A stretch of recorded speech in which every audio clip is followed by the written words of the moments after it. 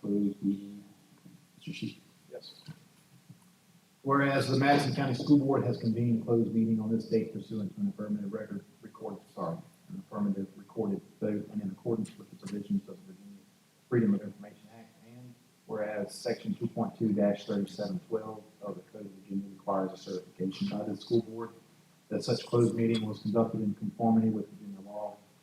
Therefore, be it resolved that the Madison County School Board hereby certifies that to the best of each member's knowledge, one, only public business matters lawfully exempted from open meeting requirements by Virginia law were discussed in the closed meeting to which the certification applies.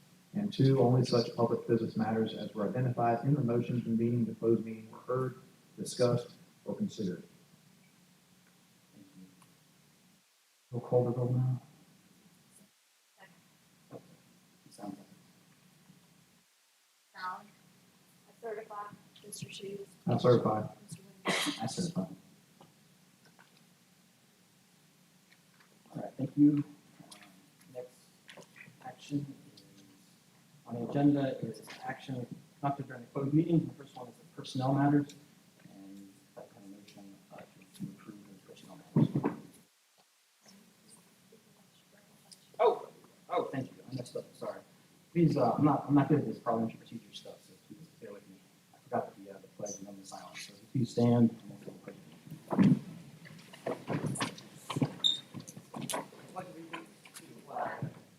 United States of America, and to the republic for which it stands, one nation, under God, indivisible, with liberty and justice for all.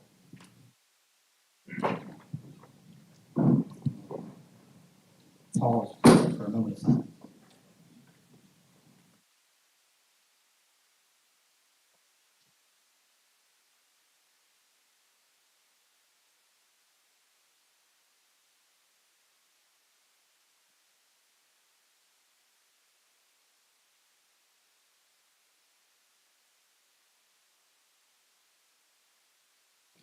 Thank you.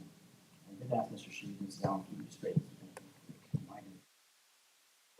All right, now we will entertain a motion for the approval of the personnel matters.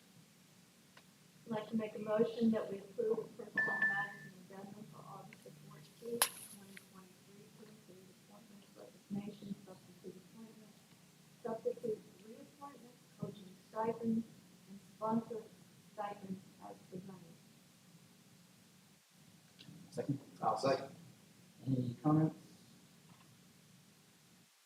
All in favor say aye. All opposed?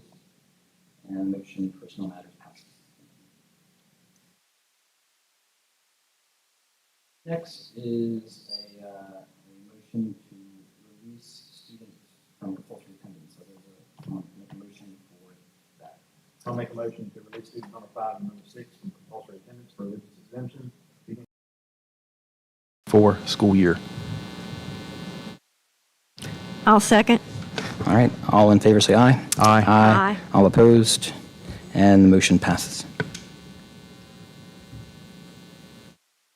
Our next item is the consent agenda, and if there's a motion for that. I'd like to make a motion that we approve the consent agenda for August 14th, 2023 as presented, which includes school board meeting minutes dated July the 17th, 2023, as well as claims for operating expenses, food services, CIP, supplemental appropriation expenses, and the expenditure report.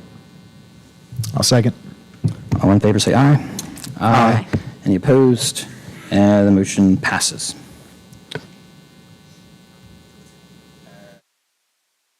Next one is recognitions and presentations.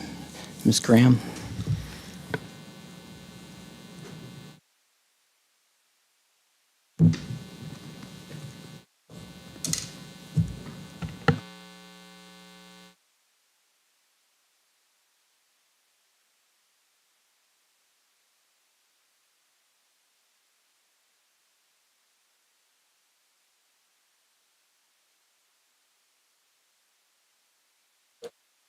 Testing. Testing. All right, we're in business. All right, Laura Daniel, who's standing beside me, truly deserves the title of the August 2023 Employee of the Month. She's an experienced and talented teacher at the middle school, and her event planning skills are equally as impressive. Her hard work and dedication on organizing the second annual Back to School Fair was truly inspiring. Laura went above and beyond, reaching out to local businesses and organizations to encourage their participation and their donations. Her efforts were very evident if you came to the event on Saturday. We had over 24 organizations outside of the school district there, and did you ever count those tickets? How many kids? We're estimating several hundred kids came with their parents. It's amazing when you're there just to see how many community organizations we actually do have in the county that are there as support for our families and our kids. And Laura worked all summer trying to get everyone together. She's our organizer of how we're going to lay everything out. When we met on Friday, she bossed us around perfectly to let us know where all the tables were going to go and where everyone was going to be set up. So we had some other people on our committee that were truly awesome and also helped, but we all agreed, and we all talked about you, that she was definitely the person worthy of being Employee of the Month and was definitely the one heading up this event. So we just want to thank her and tell her congratulations for being the August Employee of the Month.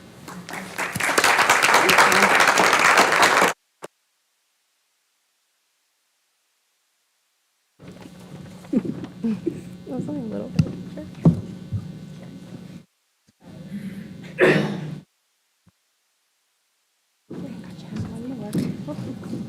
Sure. Thank you. Thank you very much.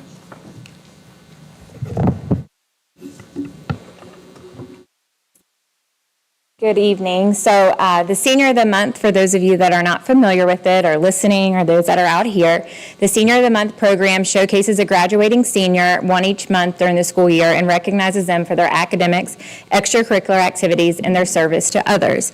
This year, our high school, we have 4 core values, and each year we have a core value that we select to represent the year. And so this year it's Innovate. So the purpose of selecting the seniors really will be focused on seniors that have gone above and beyond to innovate, to make better any practice, any system, anything we have at the high school this year. And I'll read about that in a little bit. So that will be our focus. Last year it was Integrity, and the year before it was Inspire. So we're excited to keep that tradition up. Each Senior of the Month will be recognized monthly at each school board meeting with a presentation of a certificate from the school board. At the end of the school year, we will once again honor the Seniors of the Month, and then each senior will in turn recognize the educator that had the greatest influence on their education while in Madison County schools. So, with that being said, it's my pleasure to introduce the first Senior of the Month for the graduating class of 2024, and I welcome Miss Jenna Kropp to join me.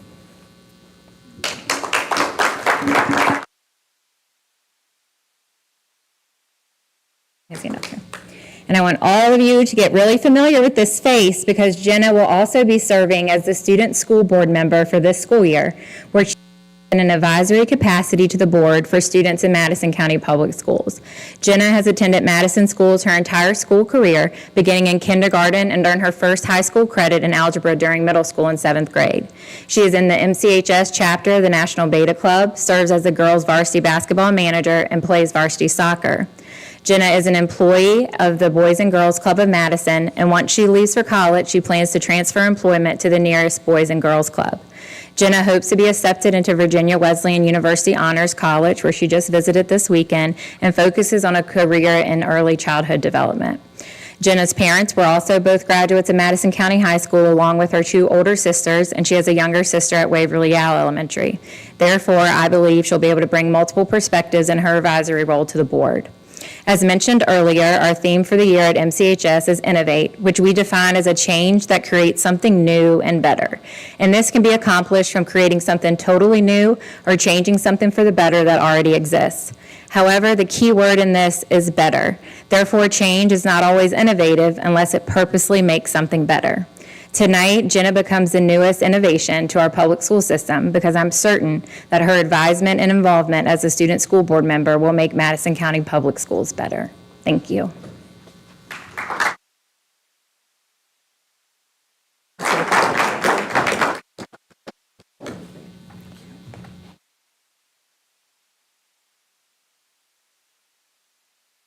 Got another one. Yep. Does she want to go up there? Now you got to go up there. Jenna, thank you for, is she gonna join us? Yeah. All right, that's what I'm talking So about. you'll have 4 board members, but a Good. non-voting one. Thanks, Jenna, for doing this, and it was fun to get to know last year's and students, so we're excited about it. Hopefully the meetings won't go too late, and you're not sorry for doing this, but thank you very much, and congratulations to your parents. Welcome.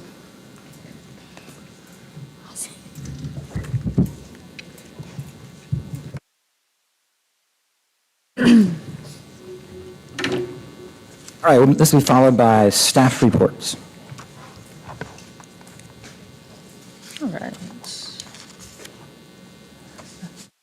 That's me, so let's see if they'll pull up my slides. All right, so I'm going to just review how our summer learning program went. And you may recognize these slides. I used these to tell you what we were going to do, and now I've updated them with numbers and just sort of some information on what actually took place over the summer. As you'll recall, the primary, elementary, and middle school had summer school for 1st through 8th grades, June 12th through June 29th, Monday through Thursday, 8 to 3. And so those students came, and we had a great time. You can go to the next slide. At the primary school, we had 20 kindergartners, 21 first graders, 28 second graders, with a total of 69 students who attended, which is great. At Waverly Yale, we had 15 third graders attend summer school. On the next slide, we had 16 fourth graders, and we had 7 fifth graders. So at Waverly, we had a total of 38. Can you guys flip the slide for me? So there's Waverly, and then one more slide over. There you go. Now we're caught up. So then at Wetzel, we had 13 sixth graders attend. We had 14 seventh graders, 18 eighth graders, for a total of 45 learners for summer school, for our summer program. Another thing that the middle school did this summer was a 6th grade mini camp, and they brought in rising 6th graders. They had a total of 52 attend, and our school counselors, Ms. Toulat and Ms. Tracy, did a fantastic job of reviewing for those rising 6th graders the infamous how to get your locker open and what their schedules would look like, did tours of the school. They just were able to really get focused and learn a little bit about middle school, because that can be a scary transition. So that was a fabulous thing that they undertook this summer, and again, they had 52 students take part in that, which was wonderful. We did have Camp Unikite this summer. We had 3 weeks, 3 sessions, 2 elementary, in which we had 83 students over the course of those 2 weeks attend. And then middle school, we had 1 week with 42 students. So that was a success. That, as you'll recall, is held at Graves Mountain, and our teachers run enrichment activities for students. At the primary school, we had Jump Start, which is where our rising kindergartners are invited in. It's similar to what we did with our rising 6th graders. We help the kindergartners transition, learn about the school, see the familiar faces, get familiar with riding a bus, all of those exciting things that are brand new to kindergartners. And we had 54 students attend.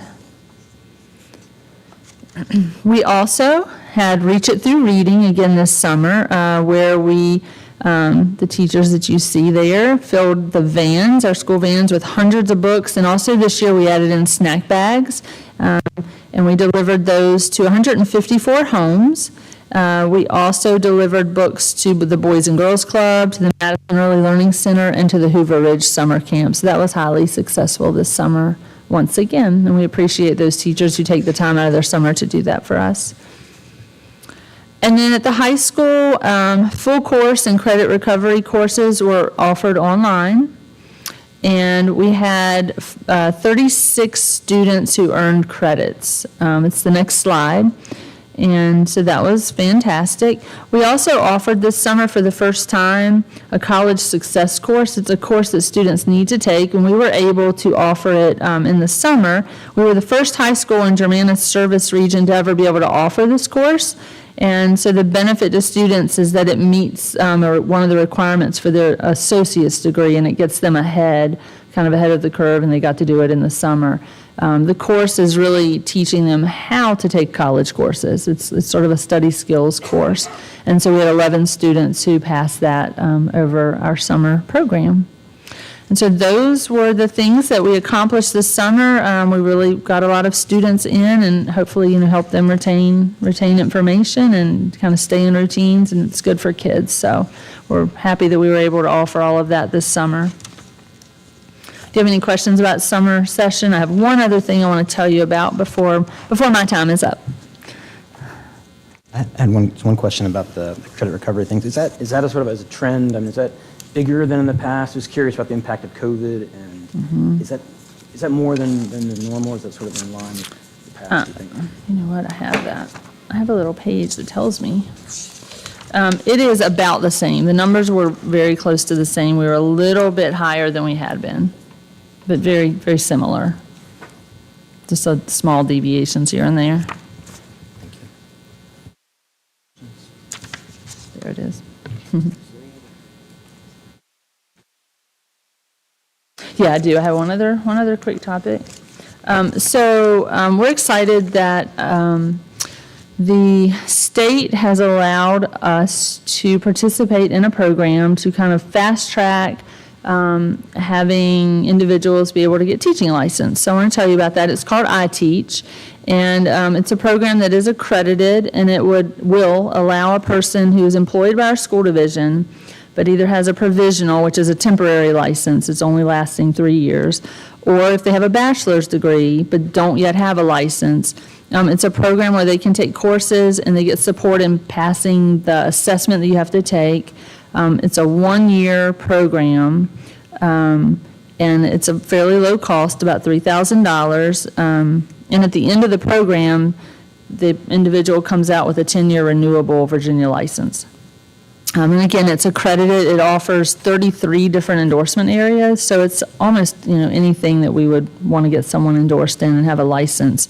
And we at Madison County, we were approved by the State Board of Education last month to offer this to our employees. I'm going to have the representative come and meet with all of our employees who may benefit from this. And so hopefully we'll be able to get some eligible people enrolled in the program. They'll come answer questions and give them that information. And I hope that, what this will do is allow some of our staff a quicker and more affordable way to have their licensing completed. And so I'm excited about it. I'm really hopeful that some people will take us up on this. And yeah, it's good. It's good for business, good for kids. And that's everything from me.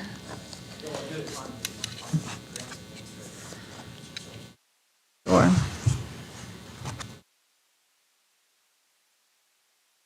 That all the staff reports? All right. Time for public comments. Public comments are 3 minutes. And thank you for coming to talk to us and give us your thoughts. We are going to add something, little something that we've talked about as a board, and Mr. Sheets had a good idea. I think we recognize that coming out here takes your time. Coming out here, getting up in front can take some courage, and so sometimes I felt like you all would come and say things. We just kind of sit here and we didn't have a chance to respond a little bit. And so at the end of all the public comments, if any board member wants to make a comment, that they can. It's a way, I think, to just sort of respect the fact that you all came and were willing to come and talk tonight. So we'll add that tonight. It's not the person speaking does not necessarily speak for the board, and it's not really meant to be a dialogue, just a way to kind of respect you all coming and say, hey, this is where we are based on those comments type thing. So each board member will have a chance to do that at the end of public comments tonight. That being said, we'll open up to public comments. Anybody want to start?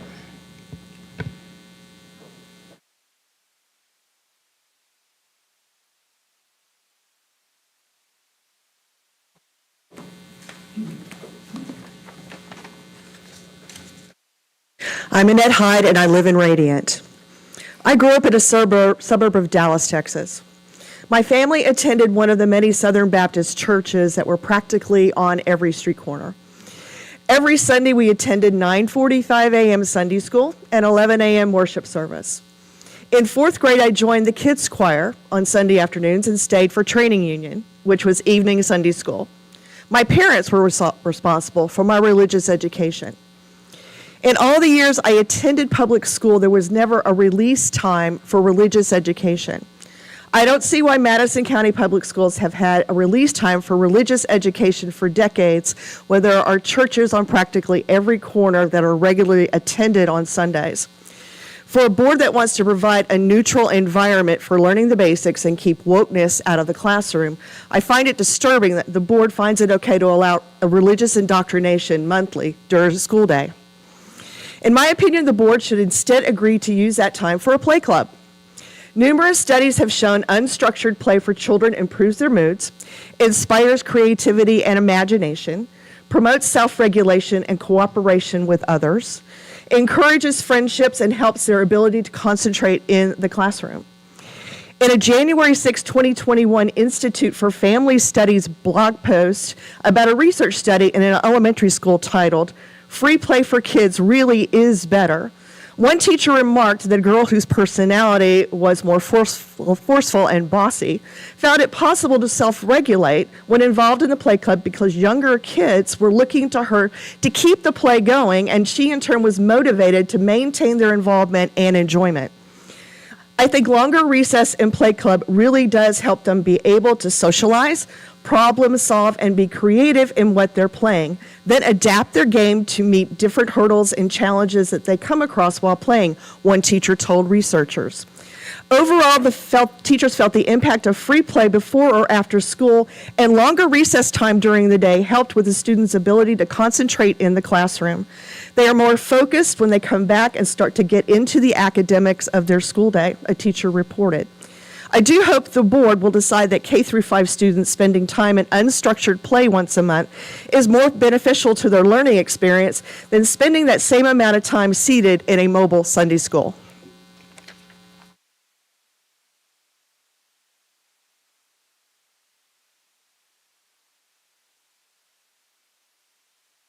I'm Kim Smith from Brightwood. I would like to encourage you to continue the program of a pullout for Christian education. When I read the letter to the editor, I reacted strongly, surprisingly for me, but I had just finished reading Chihei Ocean's speech in the early 2000s to his Chinese comrades. Throughout that speech, which was predicated on a survey to see if the older warriors would kill women, children, and prisoners of war in the war with America, the theme throughout was the importance of atheism. It was repeated many times over, and the reason was when one becomes, as a government, omniscient, omnipresent, and omnipotent, you have control over your people. And that was the message behind the atheist message. Madison is predominantly a Christian community.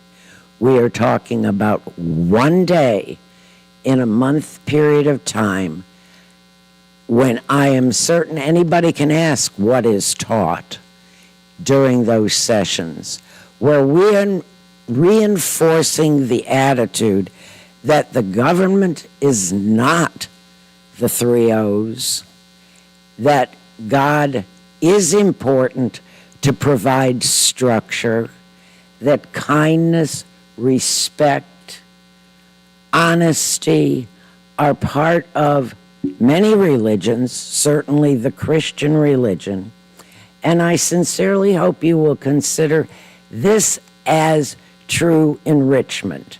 When my older son, was in high school, his history teacher selected among many primary sources the Christian Bible. And I would hope at some time you all would consider comparative religions. It's one of the most fascinating travels through mankind you'll ever see. Thank you.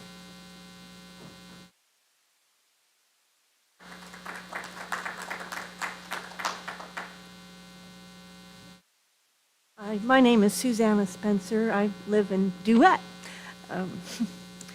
Anyway, I grew up in a military. Oh, okay.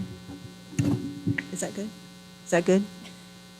I grew up in a military family, and as such, I grew up with the non-denominational practices that military installations have for religious services.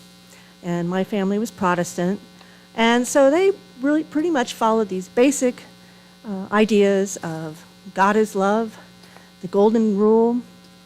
It was very not totally specific about things. That's the way I grew up. And I feel as though we do have the First Amendment, separation of church and state.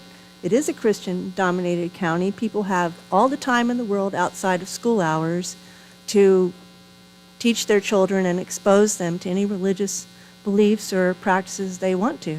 That's their right. But in school, I think that it should be kept very basic in terms of the academic pursuits. But I think that that non-denominational aspect of kindness, generosity, fairness can be demonstrated to all children throughout the school day and throughout the school year, because children need that in their lives. And I know that most of the people who work in the schools are very dedicated towards that end. Thank you.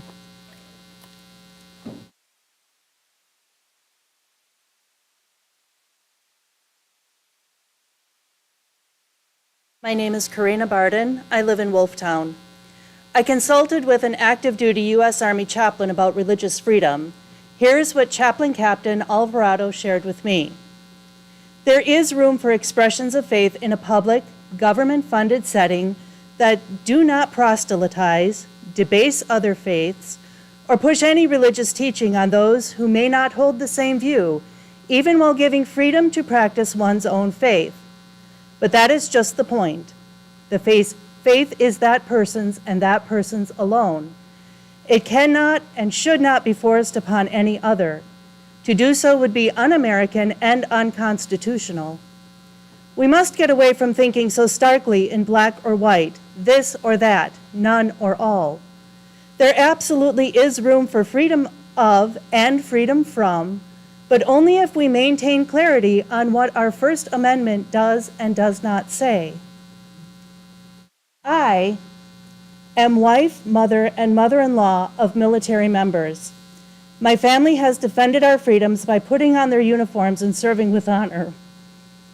I defend our freedoms by showing up here to remind you that LGBTQIA kids have the right to exist freely and openly without fear of harassment, whether anybody agrees with them or not. Library books belong on shelves.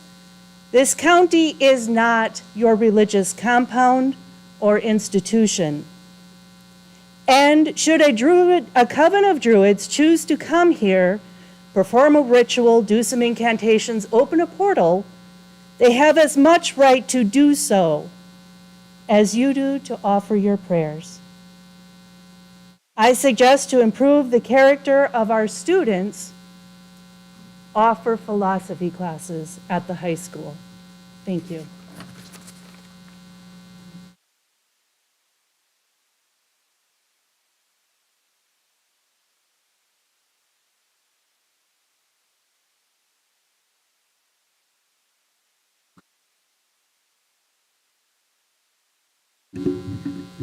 Sorry. I'm Devlin D'Alfonso. I'm from Radiant.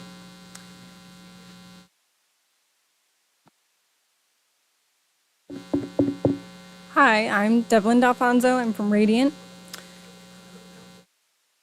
Governor Youngkin recently put forth guidelines on treatment of transgendered students and their right to practice. Yeah.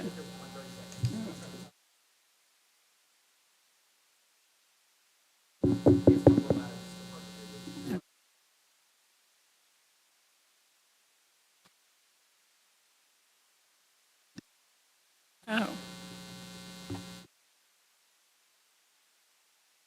Is that better? Okay. All right. Governor Youngkin recently put forth guidelines on treatment of transgendered students.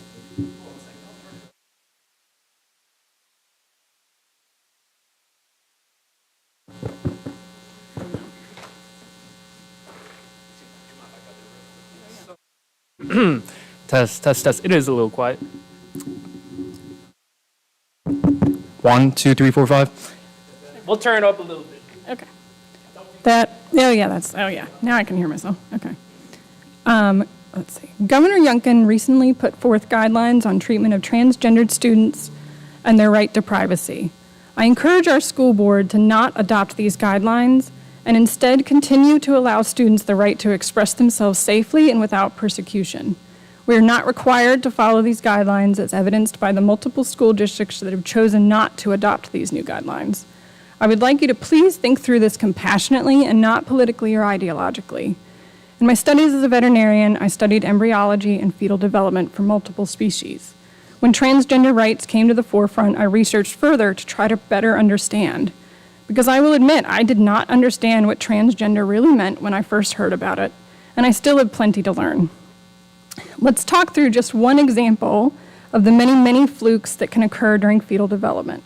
Let's say you're a fetus with XY chromosomes, male, but through a small change on your SRY gene, the gene that directs external development of male characteristics, you end up with Swyer syndrome. This means that you are born physically female, but are chromosomally male. This is often not diagnosed until the onset of puberty. Keeping this in mind, I'd like to walk through a hypothetical situation. What if you were in this body chromosome mismatch, but raised by a family who insists that there are only two sexes, who screams at the TV about freaks who just want attention? What if you're raised by a parent who insists that no child of theirs would be allowed to act like that? I'd kick them out. Then what if you, a genetic male, were in a female-presenting body? What if the only safe place you could speak about your understandable confusion was with a school counselor or a teacher? Then what if you were informed that if you told anyone of your confusion or desire to be called by a name that felt more right to you, that your parent would be automatically notified? Where would you be able to feel safe? Not in your home, where what you were feeling was deemed evil. Not in your school, because that information would be given immediately to your unsafe family. Not even in your own body, because it didn't match what you were genetically. What are your options? How do you escape from a body that doesn't feel right when there are no safe places to figure out why it doesn't feel right? The suicide rate among transgender individuals is alarmingly high. This risk is 44% lower if those individuals receive affirming care, according to the Harvard School of Public Health. Please follow the science. Please follow what is best for our kids and allow them to figure out who they are safely.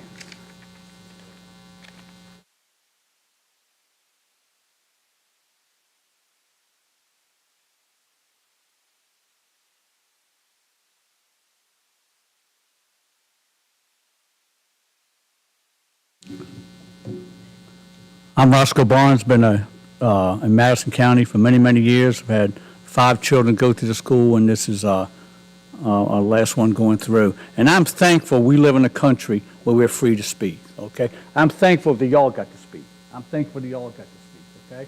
It's very, very important that we live in a society like that. And I respect everybody's opinions, okay?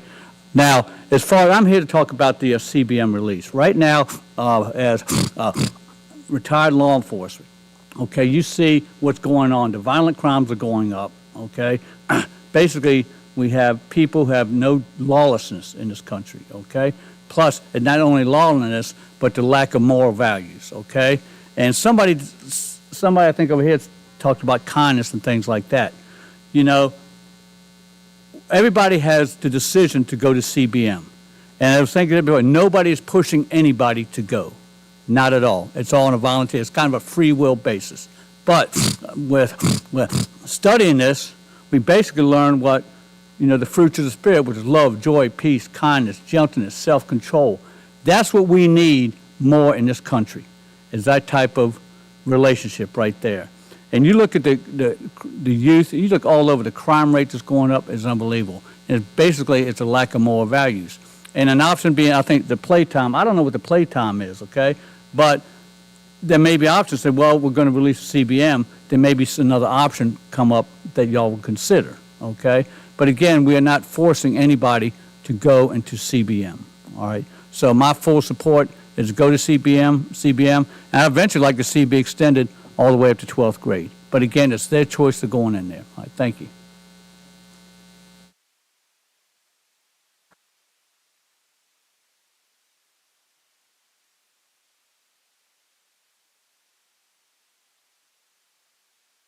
Good evening. My name is Russell Biber. I'm pastor of Oak Park Road Baptist Church, live in Brightwood. And I just want to say, in the beginning, God created the heavens and the earth. God created all things. He made no mistakes. What He said is what He did. I understand that the school system, the students are back to school tomorrow. And I'd like for us to pray that they have a good year. Let's pray together, please. Our Father, we thank You for Your wonderful love. I thank You for the service of our school board, the school administration. I pray that You would give them wisdom from on high. I pray that they would guide our school system the way You desire. All things belong to You. You've created all things. You created the family. You created government. You created the church. And Father, to help the families, the government has established schools. In years gone by, You were honored in the schools. Your word was read over the PA systems. Prayer to You was offered for guidance, for safety, for wisdom. You told us that the fear of the Lord is the beginning of wisdom and the beginning of knowledge. I pray that You would be honored as You have in the past, and that the scores, the SOL scores, would rise as proof and evidence. Father, thank You. May this be a great school year for our student body. I pray that You would keep them safe. Father, I pray that our nation would come back to Thee. In Jesus' name, amen.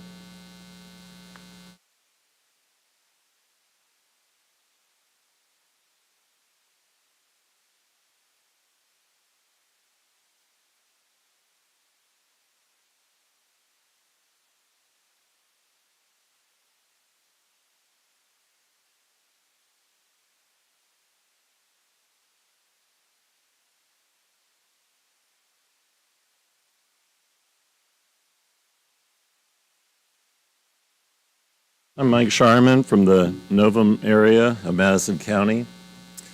I just encourage the school board, hold fast.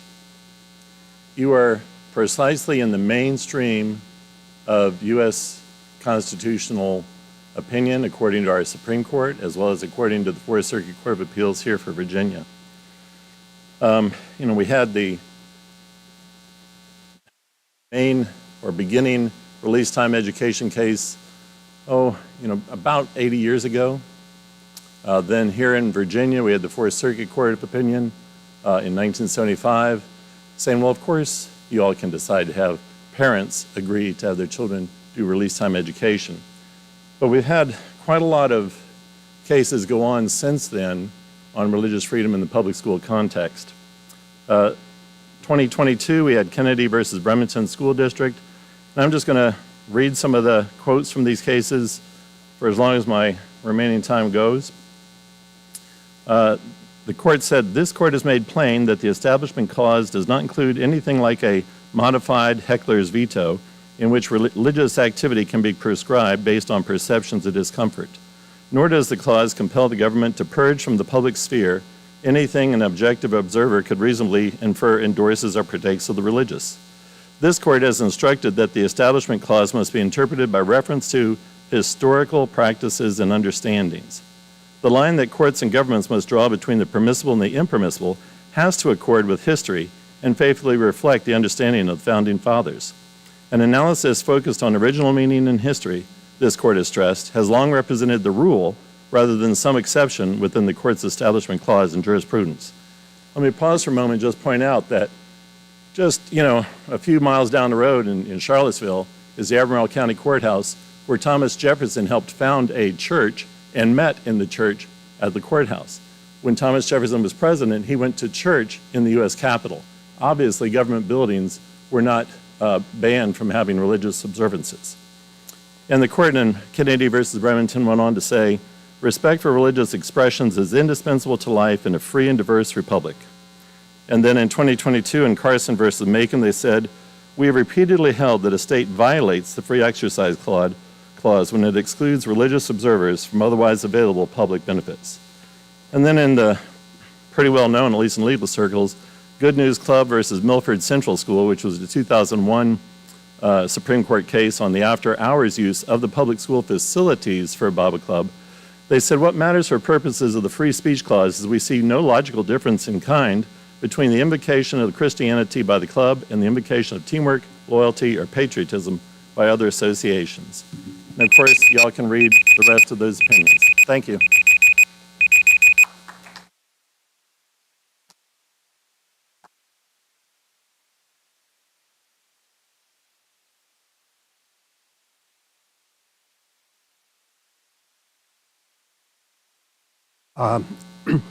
Can you hear me?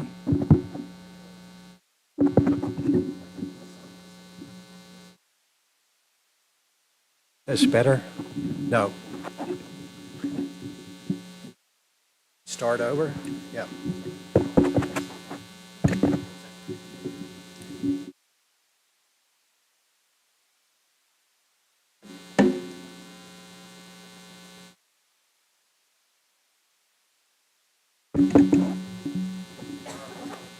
What? Is that working? Yeah.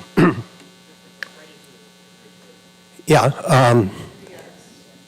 Thank you.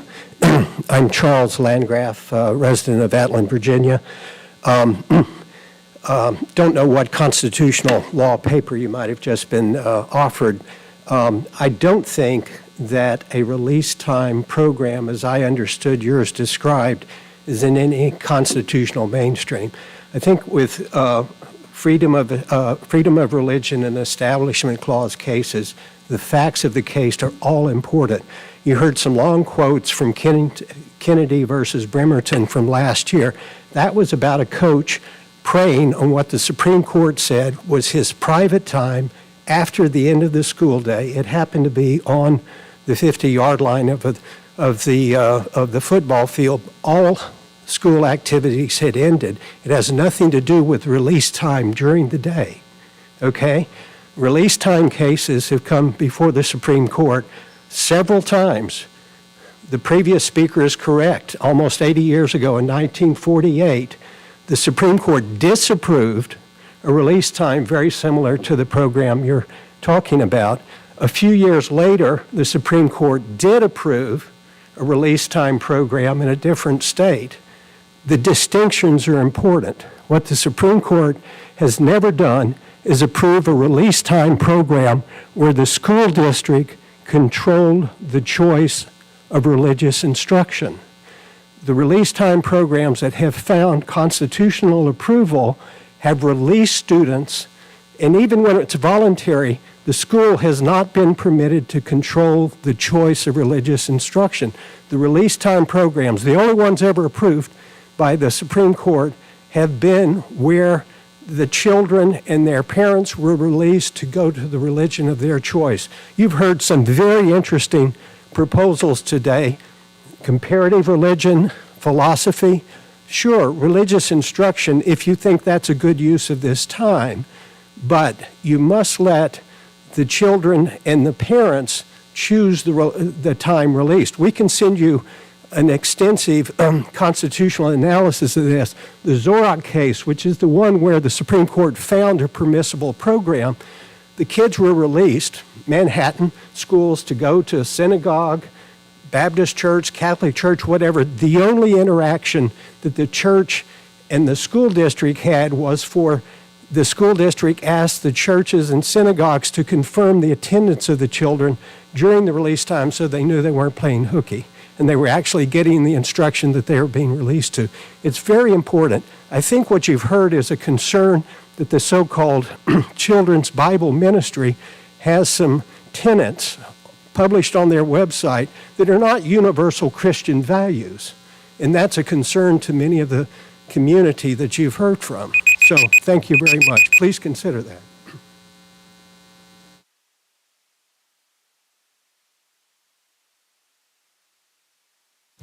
Any other public comments?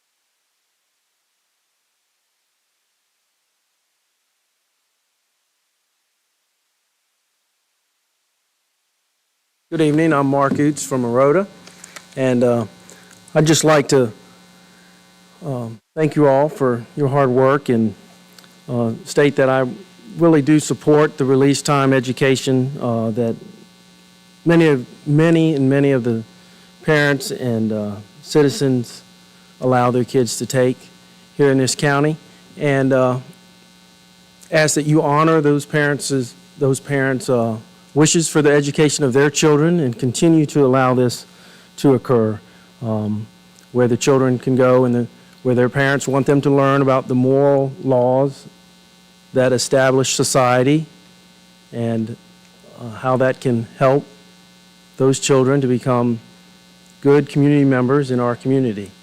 I think it's essential for how the parents interact in this community and interact with the schools. So I ask that you support that. Thank you.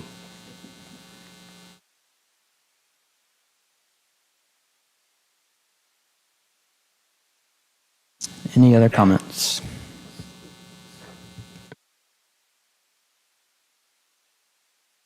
I won't get this right. Carol Shirey, I'm from Madison. I just wanted to ask, did I understand correctly that if we can ask you a question and you'll respond? No, ma'am. After all public comments are over, the board members will have a chance to respond in general to what they want to respond to. Okay. Not really a dialogue, Okay, but just then I won't ask a question, just make a real quick comment. I don't know about the primary school, but I know at Waverly Yow, that when the children go to the ministry program, they miss the social emotional learning. And that is our program that teaches them morals and teaches them to get along and accept each other and not bully each other, which does lead to them becoming better people. And I am concerned that these two things, they interfere with each other. I would rather see a whole classroom be able to stay there and work together through the social emotional learning program to really learn to be better citizens and to be better people and to be kinder to each other. Thank you.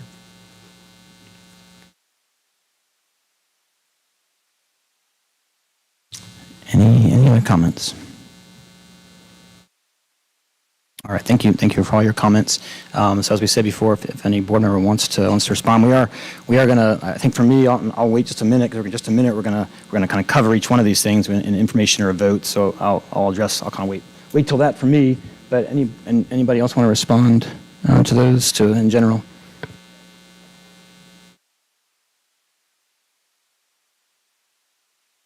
The only comment I made is you brought up a very interesting idea of missing the social emotional learning. I was unaware of that. It was not that way when I was principal there. And so I think maybe a little further study into what the children are doing might be warranted.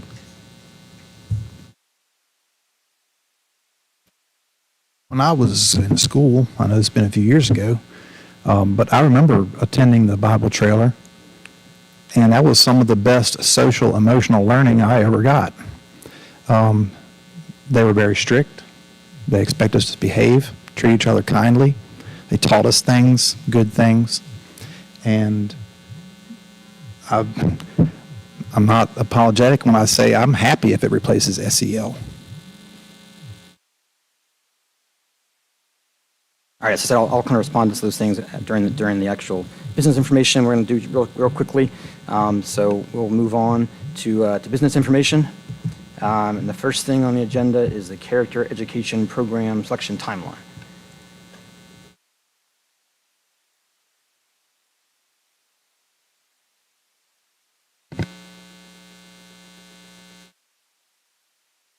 Testing. Just a quick update tonight as far as the character education program. We are running a survey right now that our public information officer put out to our families. He also put on social media. It's available on our website for people to provide their input on what the program should look like. And then the committee members are also trying to collect various programs onto a spreadsheet that'll be shared with the public. And then that's the material that the committee will review. That's where we are. And the next meeting, by the way, for the character education committee is at 4 o'clock before the September board meeting. Other business information is a proposal to add the American flag to sports uniforms on district sports teams. And you can see there the background information and the purpose. I can talk about it just as my idea. So we added a new priority area. The board approved a priority area to focus on citizenship and patriotism and love of country. This is just a small way I thought we could wear. I grew up in the military and know the pride of wearing the flag, and a lot of sports teams do it. We checked with VHSL; it's fully allowed within the rules. They have a size limitation that we abide by. The proposal is not to go back and spend any money on old uniforms, but in all future purchases to have the American flag on the uniform, just as a way to say, I'm an American and I'm proud to be an American as I wear this uniform. And so that's it's not for vote tonight; it's for information. And then my hope is that we'll vote for it next month for that. Any questions, comments on that? I agree with it. I think it's a great idea.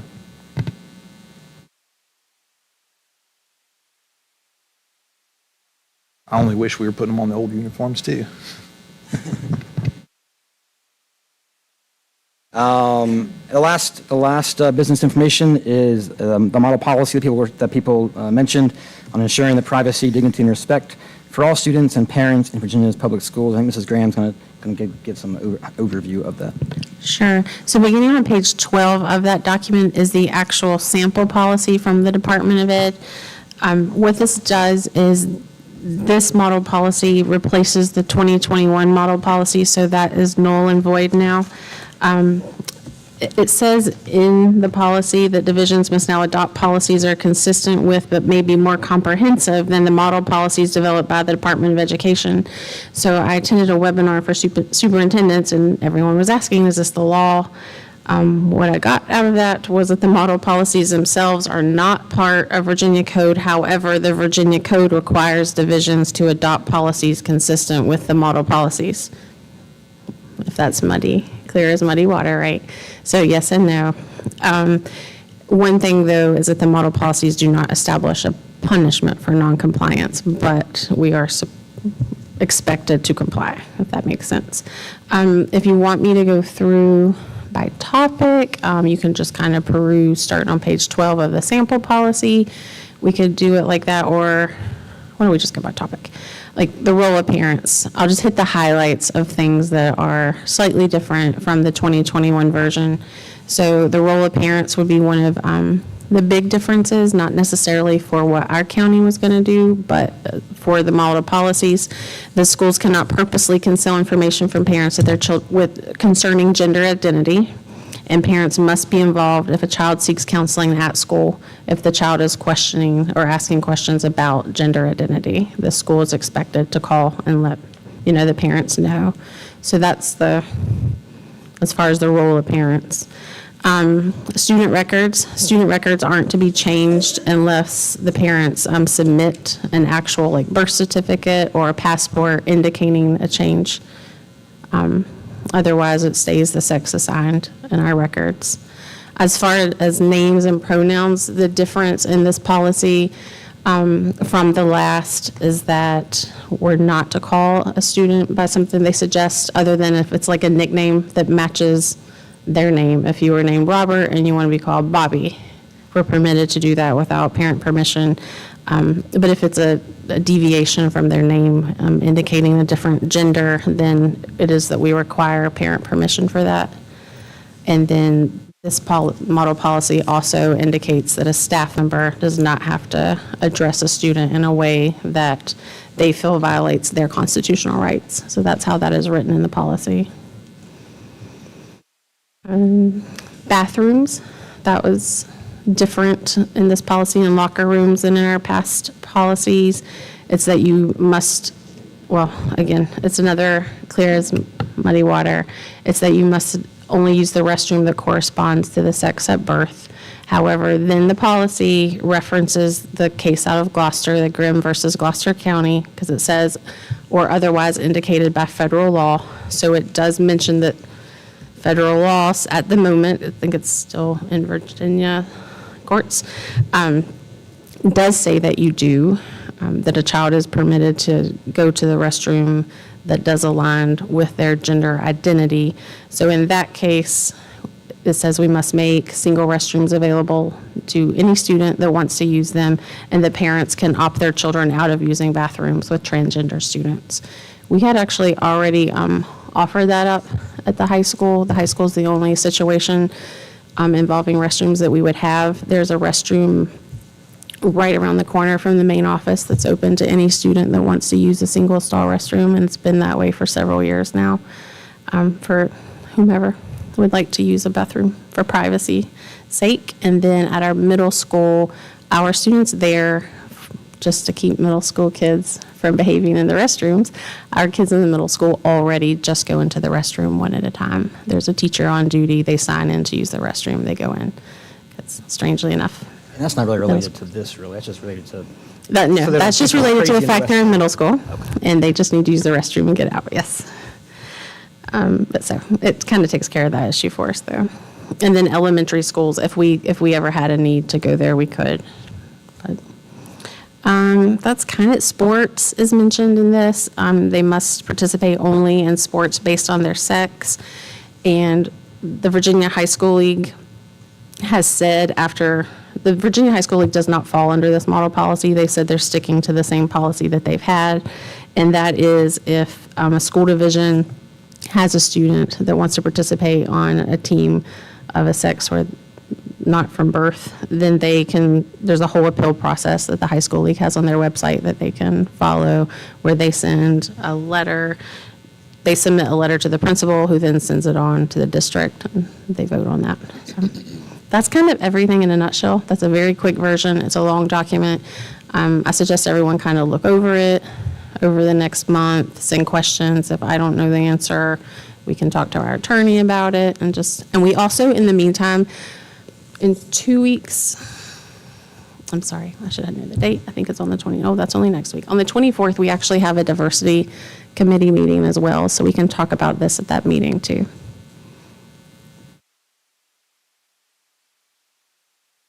Any comments on it from anybody?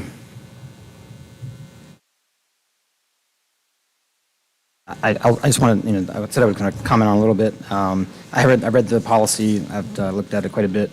You won't be surprised to know that I'll support this policy, I think. I think it's a balanced It's obviously gone through significant legal review. I like that that we're adhering to the state's policy and not making our own up.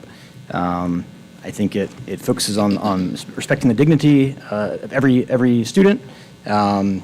It's parent-centric. It's parent-centric. I mean, parents have the right to decide with their student on critical, intimate matters about who they are and their gender and things like that. And I think the document does a good job of that as I've read it.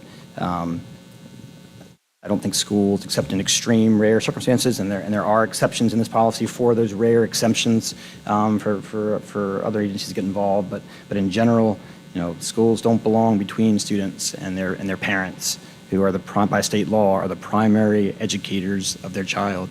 And so I like that parent-centric part of it, and the practical things I think make sense. I have daughters. I don't want a boy born a boy to be playing sports with them, and I don't want them to be dressing in front of them. And I think that's a common thought in Madison County. I don't think it's.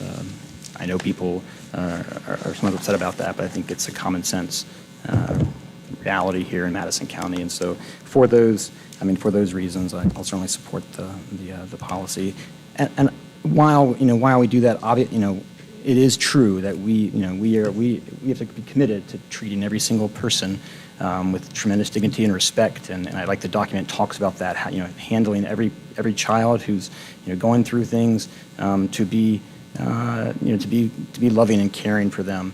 But what's not loving and caring in general is to come between them and their parent. And so I think I like the balance that it finds, and so I'll certainly support it.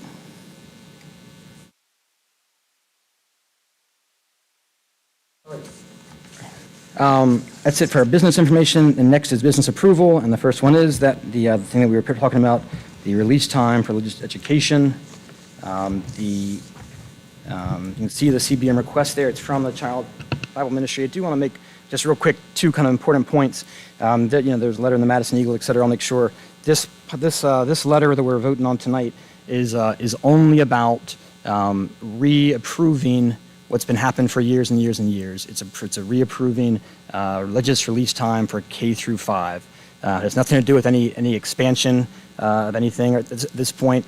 There was talk in the letter, and there was some talk about on school grounds. CBM has no interest or intent to do these things on school grounds, and so the letter does not ask for that. They have a process in place where they do it at a church, and so those things are not in this letter at all. That's not what we're talking about tonight. I want to make sure that's clear, because there's some confusion about those two things. So that's the letter that's before us tonight. Exactly the same. It's happened for a while in Madison County. So open up the floor for any discussion from anybody on the thing before we vote on it. Yeah, I'd like to say just a few things.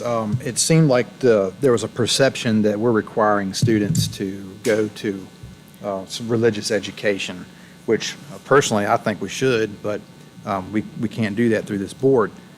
What this is a document that a parent signs to say they will allow their child to have this education or this learning time on the Bible Trail or through Children's Bible Ministries. It's no different than a child electing to have art or PE or music. Correct me if I'm wrong, Mrs. Graham, but this time is generally used also by teachers once the children are gone from their class for some planning time and some extra time there to get some stuff done. Is that correct? If they have an empty class, they work with students if they have students that stay behind. And I'll also say I did talk to Mrs. Wagner. I wanted to get some data from her. At the end of last year, in the primary school, 226 children had written permission from their parents to attend. That's 70%. And Waverly had 227 children at 68%. That's written permission from their parents. Like I said, I think this is a good thing. And this school is not compelling people to do this. And although I think it's healthy for them, but we're not.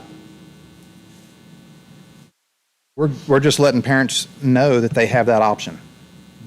someone's offering it, and we will allow them to have that time for their child to go if they so well decide for their child to do that. Now, it is absolutely true, if you want to talk about separation of church and state, if we were to not allow this to happen, that would be crossing the line of separation of church and state. And for those people that think that the separation of church and state, I've read the First Amendment before multiple times, and I thought maybe it had changed, but I went and pulled it up on the computer, and there is no separation of church and state in the First Amendment.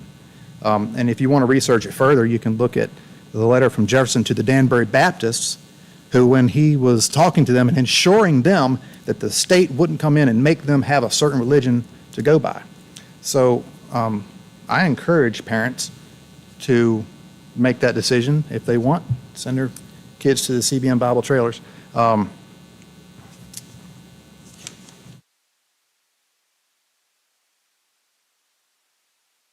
Yeah,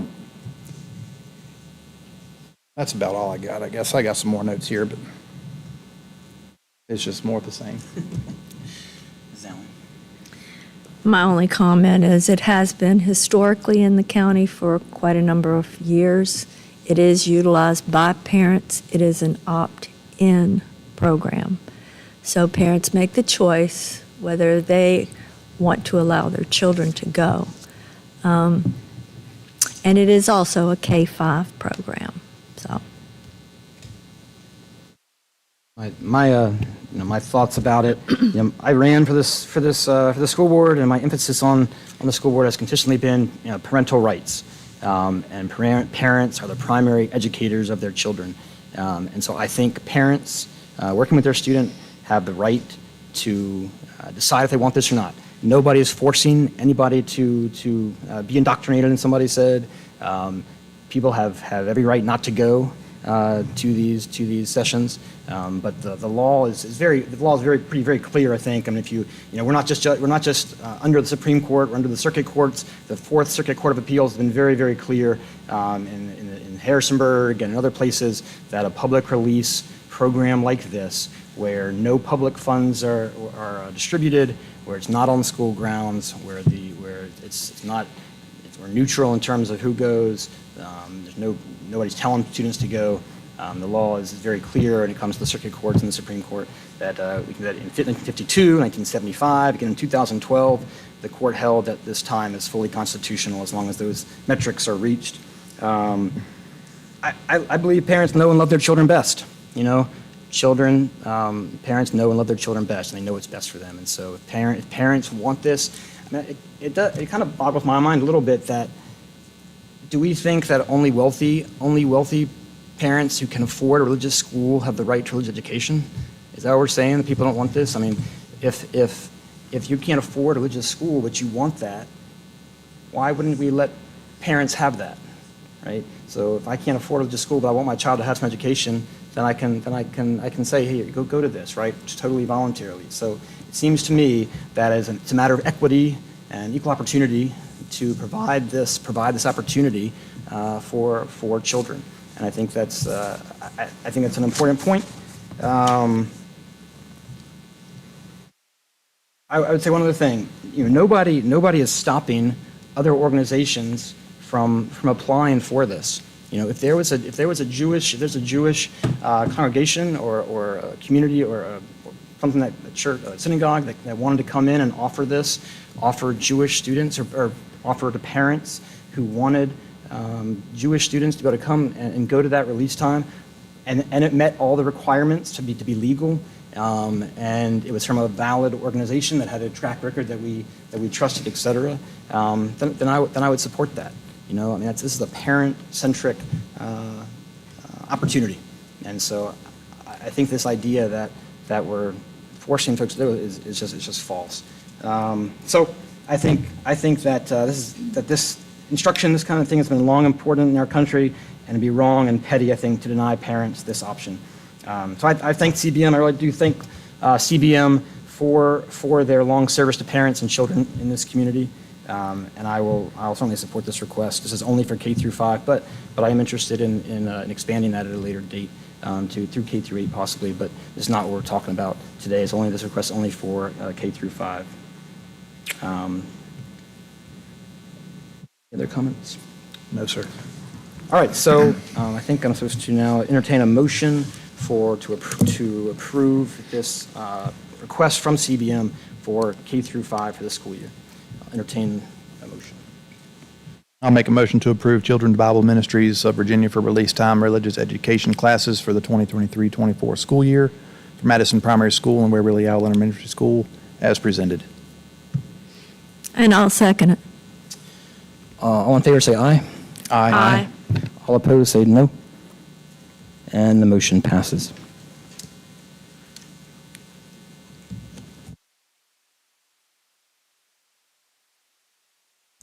All right, next on the agenda was the policy adoption of electronic participation in committee meetings from remote locations. I think we're going to kick this down the road a little bit to try to figure out a little more clarity for this. So I'll entertain a motion to push that down the road. Yeah, due to conflicting lawyer opinions, we want to hear exactly what the translation from the governor or his attorney general, exactly what they're meaning about some of the wording in there. So we're going to make a motion to table this until some further information comes about, possibly next meeting. I'll second that. All in favor of tabling this for now, to pick it up later, say aye. Aye. Aye. Aye. All opposed? And we will pass to table the motion for now. That is it for business approval, and it's time to refer reports for school board members to make reports and hear from our new student representative and superintendent. So I guess we'll, where are we supposed to start, Anna? Are we supposed to start with her, or how do we, I can't remember. How about you, Jenna? Will you start? Anything you interested? Glad you're here. You don't have to say anything. Thank you for being here. Thank you for doing this very much. I look forward to getting to know you. I'm sure you'll have a lot more to say next time. Yep. I don't have a lot to report. The last CIP meeting I did not attend. I'm sure we'll have some good stuff coming up on the next one. I do want to mention that I want to express my sincerest appreciation and thanks to a number of people that met at the schools yesterday. We read scripture and we prayed and walked around each individual school praying for the protection, for the education, just for all good possible to come out of this school year, and that God will watch over these students and the teachers and all the staff. But I mainly want to say thank you to the folks that showed up. It was encouraging, and I'm thankful for them being there.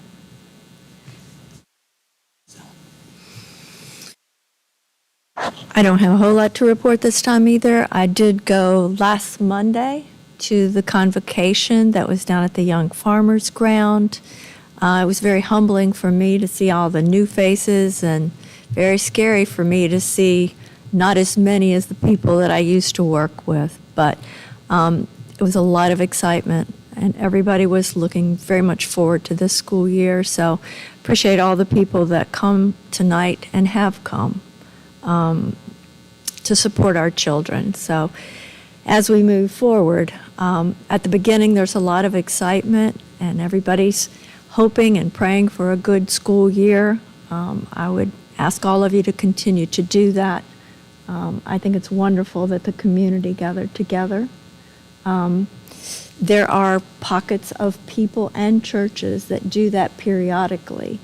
And that's always a good reminder of, how focused we are about our children. So that's all I have to report. Other than one little thing I just wanted to mention, I've had a couple of people come up to me that have wanted to volunteer, and I have turned those names over. If any of you would like to volunteer in the schools, we're always looking for volunteers. I know everybody up here has given names and encouraged people to do that. So I just want to put a little bit of a plug in that if you didn't get your name on the list immediately, we can still add it on the list. So thank you. Thank you. And there's a long list of lots of different variety of things to volunteer. You can volunteer with, and so we'd love to have more volunteers. Everything from tutoring to, I think, to landscaping and things like that. So anything that you're interested in volunteering, we'd love to have the community involvement. So thank you for that. I think there's on the school website, there's a list that they put together of volunteer opportunities. And so encourage people to go and look at those opportunities for sure. For my report, the character education piece that Mrs. Graham talked about a little bit, please fill the survey out. We want the community input about, talking about what values they kind of want to be focused upon. So please take a look at that survey. And encourage people to do that. The deadline is August 25th for that to get back, and then that will inform the committee as we look at finding a replacement for the SEL things that we're using now for our character education program that will start next year. And then last report is, I talked about last time, as I think most people know, our athletic facilities are not as robust as we might want them to be in some places, and this is a financial thing in large part. And so I'm working with people to try to raise some private money, non-public funding, because we're limited on that, and raise some non-public money for. We had a list of like 10 things that we want to improve. For instance, the football coach takes uniforms home to wash them right now, and we want to buy a big industrial size washing machine and dryer so that he doesn't have to take the football uniforms home. And so looking to do that with some private money. I don't quite understand how to do the tax exempt stuff, so we're trying to work through that right now. When that's done, then we'll have a meeting and try to really encourage people who want to donate to those funds to try to do those things. That will help all sports at Madison County. So excited about that, and more to come on that. And I think that's all my reports. And Mrs. Graham. I talked a little bit about our event on Saturday when we were honoring Laura, but I did want to point out, because I didn't say it then, but we had 6 hairstylists come out, and together they gave over 60 haircuts to kids for back-to-school haircuts. And so that was one of those things that really stood out if you were there, just the kids getting really excited and getting ready to come to school. I just can't emphasize enough how nice it was to have 24 community organizations, and then some of our booths set up as well, just seeing the community out and supporting the kids and excited to be back to school. So we really hope more people will come next year. We had a crowd, but we can definitely take more. We really, really were excited about that. And I mentioned earlier, too, there is the Diversity Opportunity Inclusion Task Force meeting next Thursday night at 6 p.m. at the school board office. I'll be getting notification out to our committee members that don't know. And otherwise, 6, does he 4 p.m.? 6 p.m. 6 p.m. And then I guess that's it. Oh, I gave you a button, our theme for the year. Every student matters.